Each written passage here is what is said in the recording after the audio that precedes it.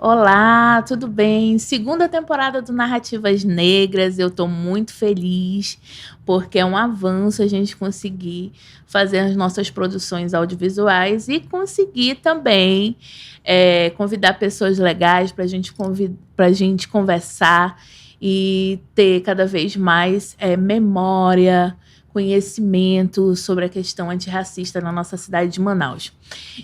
Narrativas Negras, segunda temporada, faz parte aí do Festival Hotel Tucupi.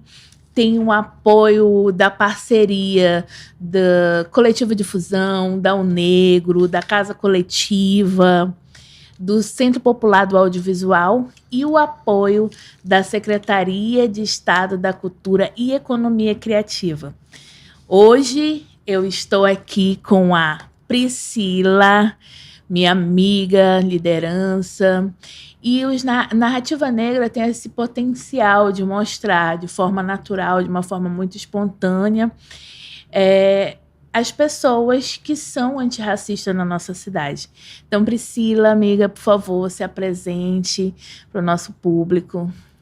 Oi, gente, tudo bem? Meu nome é Priscila Carvalho, sou assistente social, sou doutora em educação, sou formadora popular e também trabalho com um tema, né, das relações raciais, étnico-raciais, e já tenho um lastro aí com os movimentos negros na cidade de Manaus, no estado. E espero estar aqui compartilhando com você, viu, Michele? Vocês, um pouco do que a gente tem acumulado nesses anos de experiência, trabalhando com o tema de diversidade racial e também com as nossas impressões sobre esse mundo da militância e, enfim, espero colaborar com vocês hoje. Muito obrigada pelo convite. Que isso, estamos juntos. E estamos no mês de novembro, né? E a nossa pauta é super focada nisso. Para a gente começar a nossa conversa, você como assistente social, doutora em educação, tem uma trajetória acadêmica, profissional, voltada para as políticas das questões étnico-raciais. Como a sua trajetória pessoal e profissional te levou a focar na educação antirracista? Michele, é uma história interessante, né?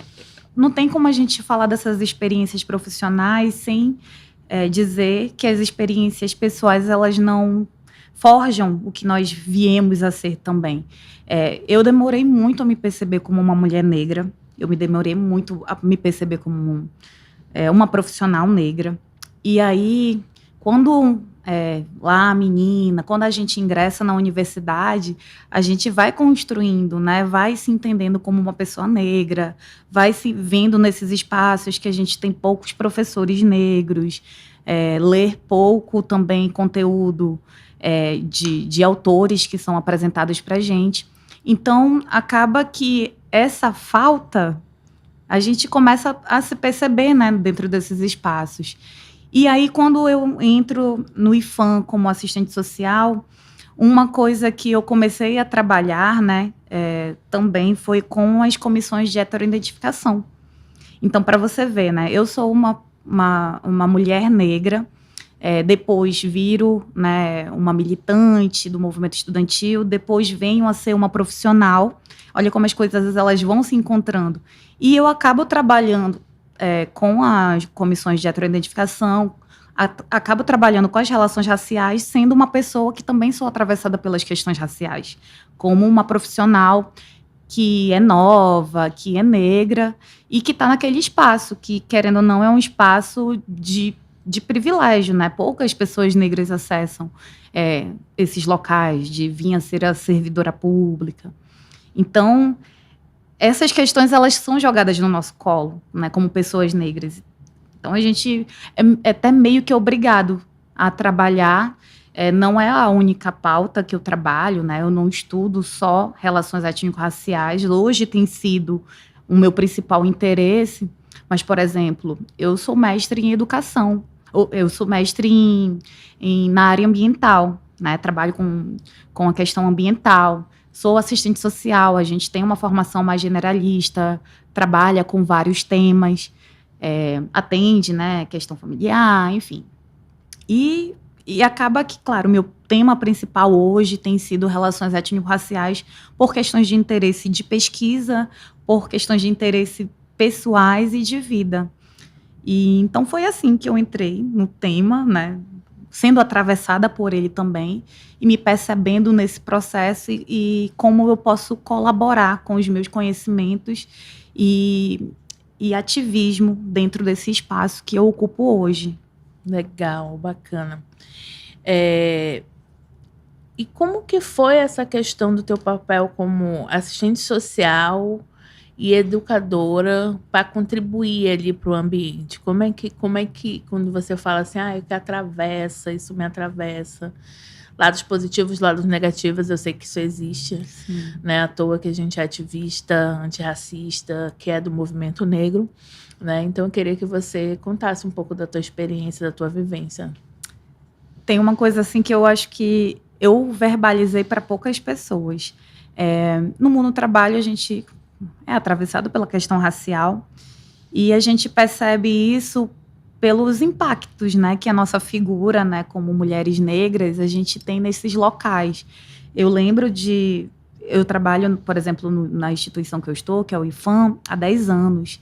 E eu lembro de momentos da minha vida que eu era confundida com estagiário, que eu era confundida com secretária, mesmo quando, né, até você ser conhecida na instituição, fazer o seu lastro, deixar suas impressões profissionais, né? Então, até esse momento de você ser reconhecido e fazer ser reconhecido como assistente social com este cargo, por exemplo, até isso para a gente é difícil como pessoas negras. E eu acho que na questão da educação, para mim, o que tem sido mais valioso é quando a gente consegue acessar os alunos, né? Compartilhar com eles. Um tempo desse, eu sempre sou chamada para falar sobre questão racial em escolas, né? Que a gente que trabalha com questões raciais, a gente sempre pode falar sobre racismo, porque são coisas que acontecem no dia a dia. E um dia desse aconteceu, por exemplo, uma situação em que a aluna ela teve alguns atos racistas com a turma dela. Uhum. Mas isso não é uma questão da aluna, é uma questão social, né? Sim. É uma questão que a gente não trabalha com as nossas identidades, a gente não fala do nosso contexto amazônico, a gente não se percebe, né, como pessoas negras e, enfim, tem todo um histórico nisso. Então, quando eu começo a ver que essa formação que eu posso fazer dentro da sala de aula, que eu posso atender também como uma assistente social, educadora que sou. Então, quando eu posso fazer uma orientação em relação a esse sentido, né, ser ouvida também por outros, compartilhar um pouco, ampliar o horizonte dessas pessoas também, desses alunos, os meus, porque a gente também aprende muito com eles. Então, para mim, isso é fazer, ter uma educação antirracista, Uhum. ser antirracista, né, ser um educador. Então, o espaço da escola é um espaço essencial, fundamental, né? A gente está, querendo ou não, compartilhando nossos conhecimentos e eles estão nesse momento. Então, eu penso que essa relação de educação, serviço social, relações raciais, elas são integradas, né, no nosso dia a dia, as coisas que a gente atende, isso aí. Quando um estudante tá chamando o outro, sei lá, de macaco, Uhum. né, aí levam lá pro assistente social atender. Então, eu vejo que a minha contribuição, ela tem sido nesse sentido. E de outras formas, né, quando a gente pode fazer palestras, oficinas, ações educativas. No campus que eu estou, por exemplo, a gente está tendo um curso de letramento racial para os alunos que ingressam no primeiro ano. Que legal. Então, porque a gente trabalha com ensino médio, ensino superior e técnico, né? Uhum. Subsequente técnico. Então, esses alunos que ingressam logo no primeiro ano, esses adolescentes ali estão nesse momento de construção, né? De construção de perspectivas de mundo, de formação. Então, tudo isso a gente está tendo esse cuidado de receber os nossos alunos, fazer um curso de letramento racial ou falar dessas pautas, falar sobre a cultura afro-brasileira, africana, porque a gente nunca teve contato, né? A verdade é que a gente não conhece a nossa história. Então, esses pequenos momentos que são grandiosos lá na frente fazem a diferença. Por exemplo, foi até conteúdo do Enem, né? Uhum. As pessoas adoram falar na internet que a gente que trabalha com relações raciais, pra quê? É mimimi. Mas isso é um conteúdo histórico que a gente não conhece, né? E que agora a gente está sendo forçado, não tem como não conhecer, né? A gente está aqui acessando as redes sociais, a gente tem que estudar agora para um vestibular, porque a gente tem uma legislação de diretrizes curriculares sobre relações étnico-raciais que, na verdade, as escolas elas não deveriam trabalhar na educação fundamental, média e superior deveria trabalhar. Os nossos currículos deveriam ser pensados a partir desses conhecimentos e a gente não ainda está construindo essas políticas dentro das escolas. Sim, está construindo. Perfeito. Você falou sobre desafios, sobre entender, sobre memória, sobre história. E a gente também está aqui na questão do Novembro Negro, né? Que Novembro Negro, acho que a gente fala que é o dia 20 agora, é o primeiro ano que está sendo nacional, né? Então, assim, isso é muito importante e cruza muito com o que tu está falando, né? Depois de um tempo que vai ser nacional, com um governo favorável, porque tem disso, né? Se a gente pega espaços institucionais que não são favoráveis, a gente não consegue implementar o que tem que ser implementado, né? Nem com muita militância, nem com muito esforço. E sempre foi um trabalho coletivo, né? E no teu trabalho de sociologia, na ação pública, política, as ações afirmativas contribuíram, as ações afirmativas que hoje existem, que tem essas políticas. Eu sei que elas não são a grande perfeição da Amazônia, né? Uhum. Mas como que tu pode traduzir a partir da tua vivência o quanto elas são importantes? Olha só, tem uma coisa que as pessoas não sabem, mas olha como as ações afirmativas elas se casam perfeitamente, né, com o que a gente trabalha com o serviço social. Muita gente fala ações afirmativas, por exemplo, achando que a gente está associando a um tema como cotas raciais, que é também, né, é um gênero de ações afirmativas. Mas o que ninguém fala é que as ações afirmativas são políticas públicas voltadas a segmentos que foram discriminados historicamente, não só a população negra. E as ações afirmativas no Brasil, elas têm muita, como eu posso dizer, protagonismo dos movimentos negros. Então, quando eu falo de ações afirmativas, eu estou falando das políticas de cotas, eu estou falando da política de assistência estudantil, eu estou falando do direito das mulheres, eu estou falando do direito dos idosos, da criança e do adolescente. Então, toda essa contribuição que a população negra trouxe das ações afirmativas, a gente fala a partir única, às vezes unicamente a partir de um viés, que são as políticas de cotas. E aí, afunilando no que tu me perguntou, o quanto que isso influenciou, né, para te avançar? O quanto ela foi importante na tua vida? Muito, né? Embora eu seja uma mulher negra, eu vim entender o que é política de cotas, né? Bem mais velha, já no mundo profissional. E até então, eu nunca tinha utilizado a política de cotas. Mas a gente sempre utiliza outras políticas de ações afirmativas.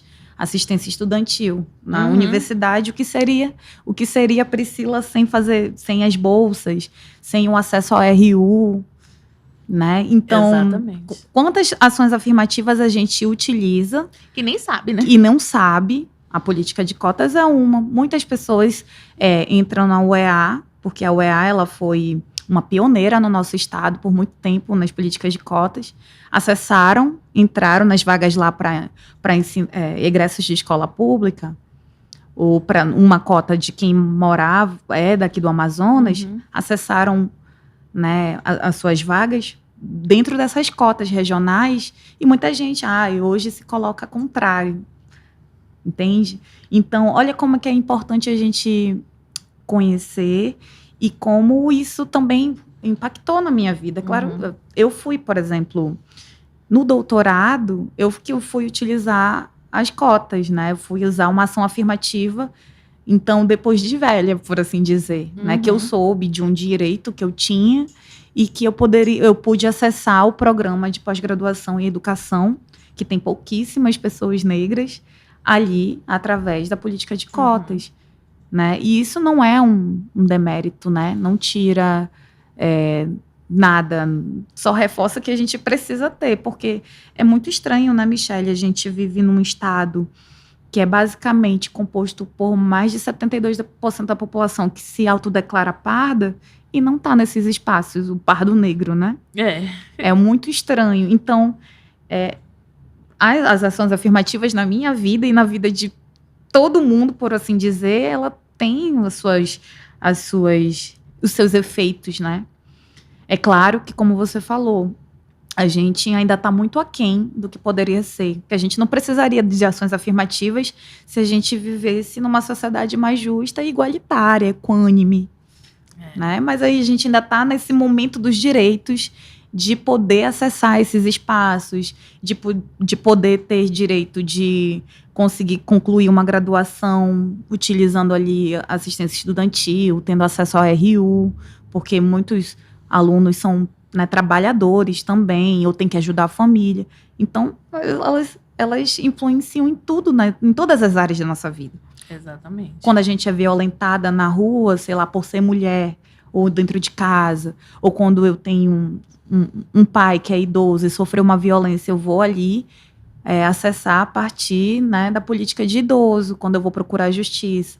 Então, a gente utiliza as ações afirmativas na vida, entende? E esses instrumentais foram construídos justamente para tornar aquelas legislações que não estavam tão palpáveis para a gente mais operativas, né?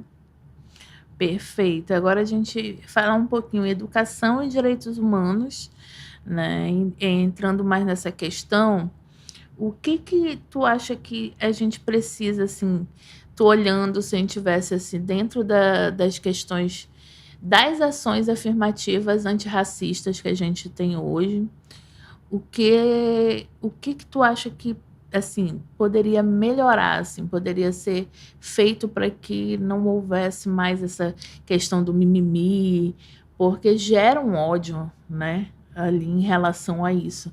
A gente sabe que isso é uma fabricação aí já de um tempo, né? Ódio à cor, ódio aos escravizados, mas o que tu faria para que essas ações afirmativas antirracistas elas pudessem agregar mais do que gerar ódio? Eu acho que a gente está nesse momento, inclusive, né, de começar, a gente está iniciando os debates sobre educação antirracista. Mas, assim, quando eu falo de educação antirracista, é porque a gente está tendo acesso a esses conteúdos agora. Ou porque precisa, ou porque está estudando, ou porque a gente tem acesso às redes sociais. Então, e se entender, assim, enquanto cidadão, né? Quanto pessoa que, se não é discriminada, está reproduzindo a discriminação, né? E, às vezes, a gente não se entende nesse papel. Então, o que eu mudaria? Eu mudaria algumas coisas. Se eu pudesse, aceleraria esse processo, que eu acho que é um processo que ainda nós, brasileiros, amazônidas, a gente ainda está construindo, né? Falando sobre a nossa história. A gente desconhece a nossa história. Então, eu nem não sei se essa palavra seria letramento, né? Que ela pode ser utilizada fora de contexto, mas eu acho que a gente, quanto sociedade, a gente tem que acumular mais.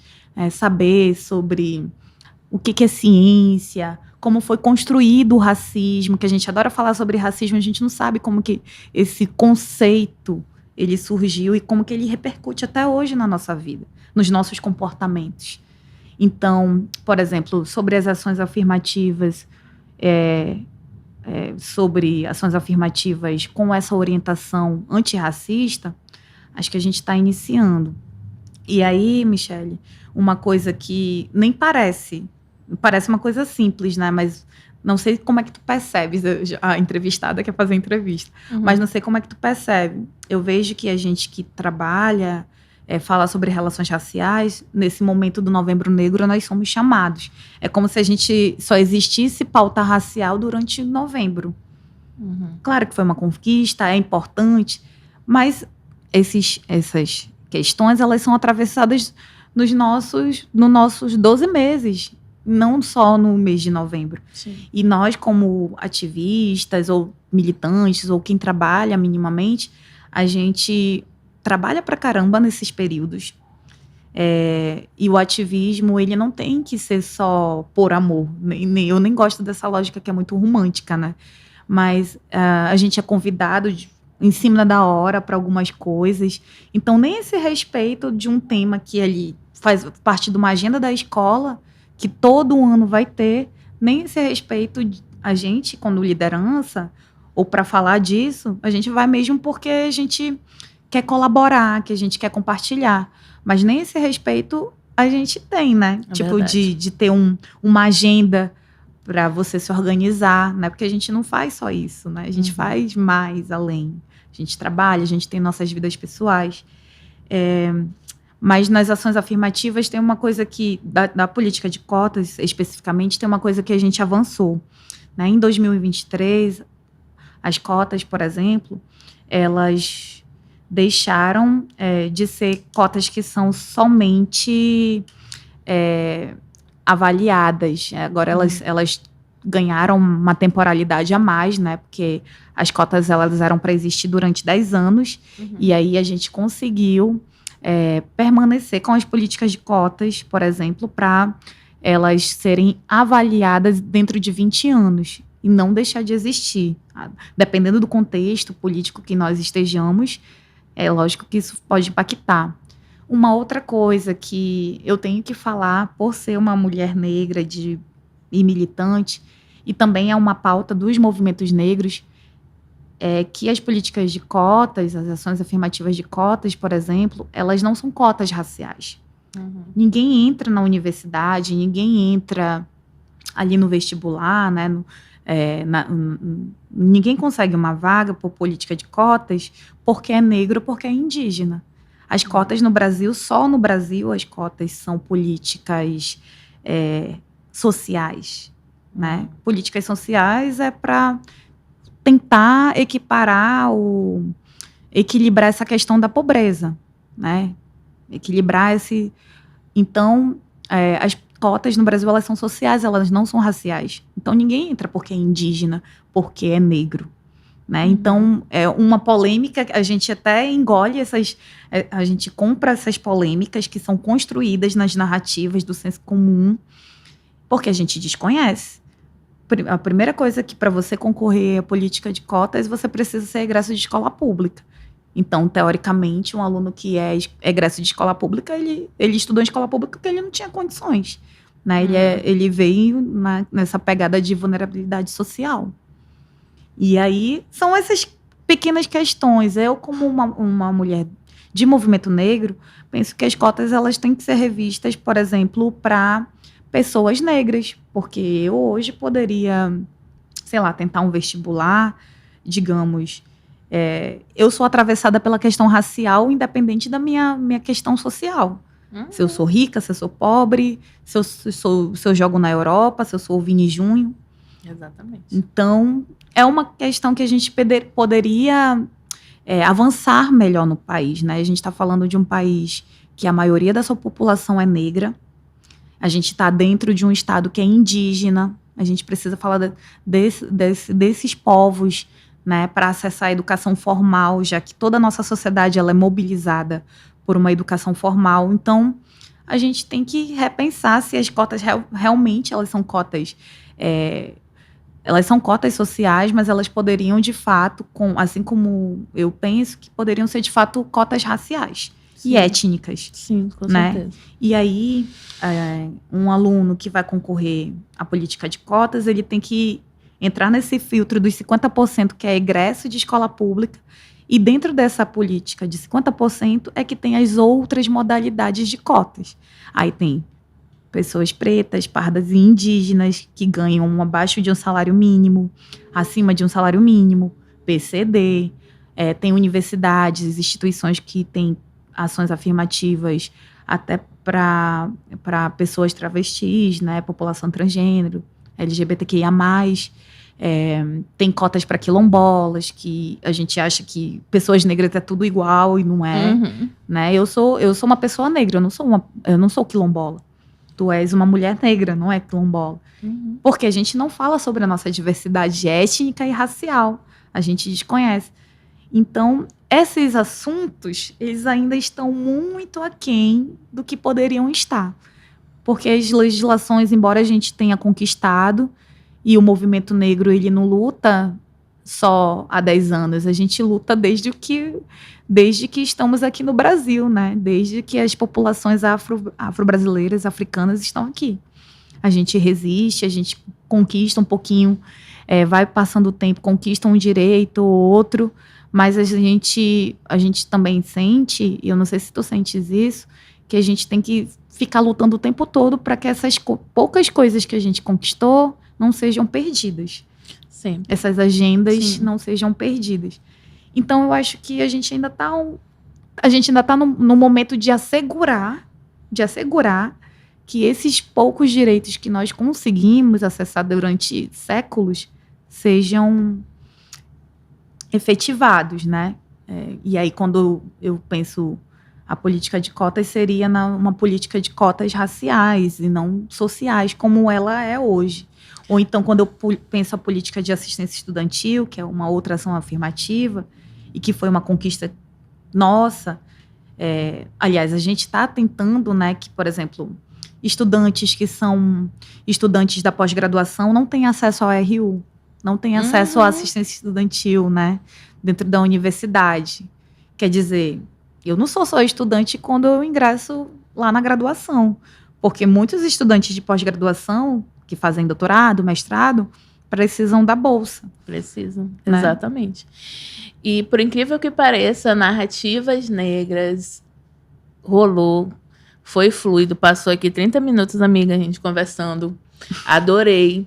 E vocês tiveram a oportunidade de conhecer Priscila Carvalho, que está fazendo parte da 2ª temporada do Narrativas Negras, que tem o objetivo de apresentar essas narrativas, esse pensamento no mês da consciência negra, que é onde a gente reforça aí, a importância de ter esse mês e também criar um conteúdo permanente, educativo e provocativo, como Priscila foi, né? Logo finalizou aqui a sua fala, falando sobre cotas e cotas sociais. Cotas raciais e cotas sociais são totalmente diferentes, elas precisam ser diferenciadas dentro do Brasil. Provocativo, né? Ficou aí pra gente. Considerações finais bem rapidinho e pra gente. Considerações finais, eu penso que ser antirracista, né, é além de ter uma atitude, né? A gente precisa de mais acesso, a gente precisa de aliados, né? Pessoas brancas que também trabalham com educação antirracista. A gente precisa desses espaços, né? E ser reconhecidos, remunerados, realmente valorizados, né? Então, acho que quando a gente pensa na questão da educação antirracista, a gente tem que ver todos esses fatores, todo esse contexto e, sobretudo, o que eu peço, né, e que eu gostaria que nós, amazônidas e brasileiros, conhecêssemos a nossa história, né? Se informem, conhecem, acessem, se sensibilizem, porque eu acho que uma população e um povo que não conhece a sua história, a gente fica reproduzindo muitas questões por isso. Então, para a gente poder se interar mais, fugir um pouco desse contexto do senso comum, fugir um pouco dessas narrativas contrárias, a gente pode também acessar conhecimento, buscar interagir, apoiar projetos, como a gente está apoiando aqui hoje nos Narrativas Negras, e valorizar, acima de tudo, o conhecimento e entender as nossas diversidades e a nossa relação étnico-racial. Muito obrigada, gente. Compartilham, curtam, façam aí a difusão desse material, que é muito importante. Narrativas Negras, segunda temporada, faz parte do Circuito Cultural Novembro Negro 2024, que é integrado ao Festival Hotel Tucupi. Tem como parcerias o Negro, Coletivo Difusão, Centro Popular do Audiovisual e Casa Coletiva, e o apoio cultural de Secretaria do Estado do Amazonas e Economia Criativa. Muito obrigada, valeu, até a próxima.